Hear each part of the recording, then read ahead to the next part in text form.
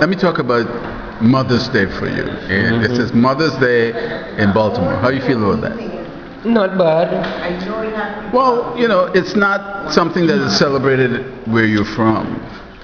So, No, it's all over. in Trinidad? Trinidad? Yeah. Yeah, Trinidad Mother's Day is today too. I've never celebrated Mother's Day in Trinidad. No. Boy, you making a big mistake. Boy, you missing plenty. When did you start celebrating Mother's Day in Trinidad? Since I going to school. Really? Yeah. That's the reason why we put it. Well, They always have Mother's Day in Trinidad, all the time. is that right? Every Mother's Day is a big thing in Trinidad. So for Mother's Day in Baltimore, you coming for this special occasion, how do you feel about that? Very good. I mean, it's nice to be out here for Mother's Day because of the fact that I've been in Trinidad most of the time, and it's good to come out. But besides, most of the time, we just been for Mother's Day in Brooklyn. Okay. But not this year. But this year I was supposed to be, but it didn't come off. When I say it didn't come off, the show came off, but I wasn't on the show. But I was supposed to be on this one. Well, you've been to Baltimore before. Many years ago. Yeah. I've been to Baltimore when Innes and Breeze and all of them was DJing. I have a partner named Shaki, used to live here. He used to run a club. Now, I have been hearing and listening to your music for a long time. And I have a privilege of actually talking to you. It's certainly a privilege. Let me ask you about your feelings about your second or third or fourth stay here in Baltimore. How do you feel about the audience reaction to you? It's the same as when I first, but the only thing is, for this year, the place just a little smaller. But I've been to places right here, big and very well attended. Plenty people, when I say plenty, full, jam-packed. Disappointed about the smaller audience here? No. Sometimes a smaller audience give you a better reception than the big audience. You seem to generate a lot of interest in the love songs that you sing as a Calypsonian. Do you cherish that a lot compared to the Calypso music that you sing? What happened is, I've been singing love songs since a child. I used to listen to Calypsos. Sparrow was my idol. If Sparrow sing Mary had a little lamb, I learned that. I used to sing that. But I started off, at first I started singing in school. And from about age of 5. And then I started developing, but my songs, before I started Calypso, was rhythm and blues, ballads. Really? Yeah. How I happened to get into the Calypso is Lord Shorty, which is Ra Shorty I died. Right. He started me off in the Calypso field, 1971. That's when I sang Severe Licking, which everybody knows Shorty Lickshi.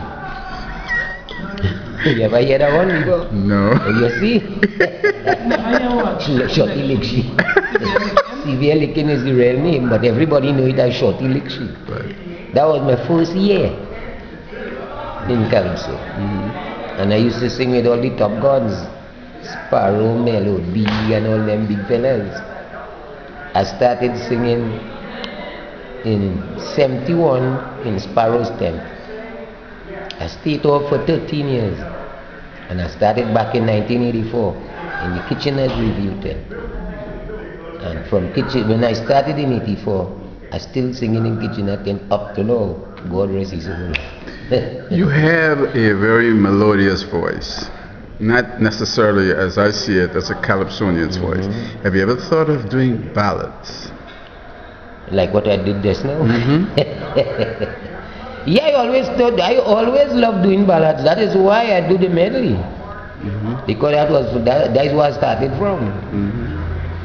What does Mother's Day mean to you? Plenty. It means a lot to me. I only sorry I'm missing my mother.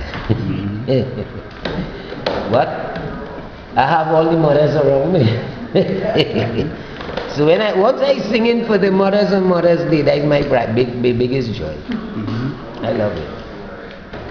Any particular fact that you want to share with us? Like? Why it's so meaningful to you? Because it's special. Very special. Mothers are special people that you're supposed to. Well, not all mothers are. I mean, man, yes. to me, all of them. Really? Yeah, some of them. But your mother. One mother is mother. Okay, well, but in your case, your mother. My mother, well, I wish she was still alive. Because?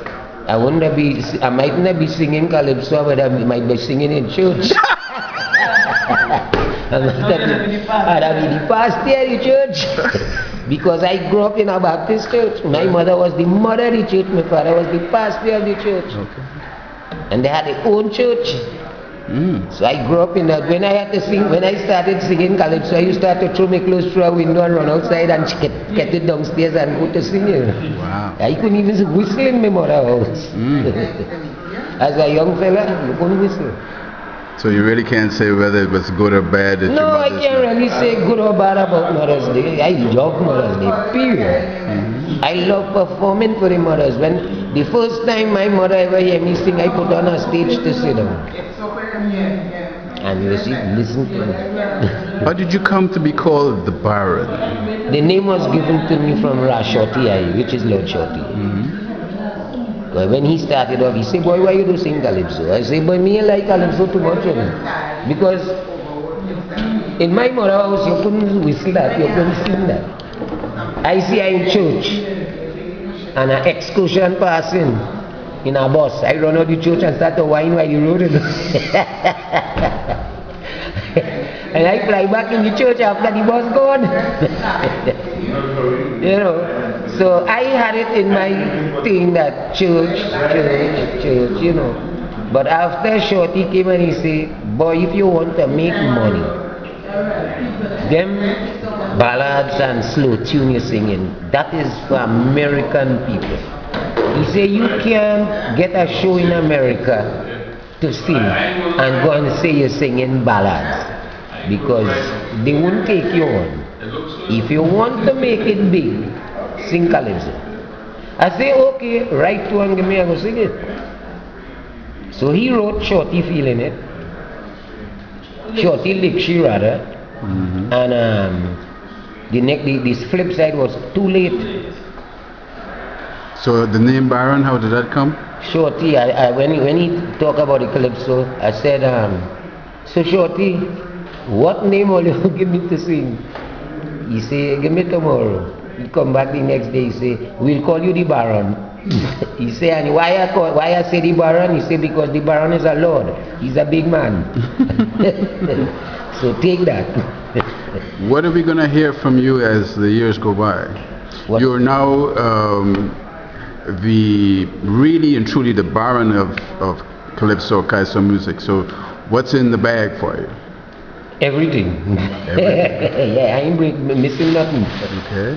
I ain't breaking, I ain't doing nothing. Everything. As they say, Baron, I ready. Well, you know, I enjoy your music. I just wondered if you had something in the bag that you want to let us know. No, I really have nothing in the bag. What I have, the only thing I have in the bag is to sing more songs.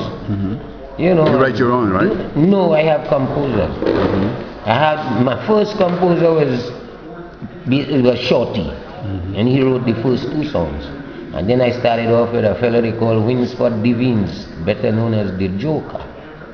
That's the guy who used to write for Sparrow and all them rest of Calypsonian.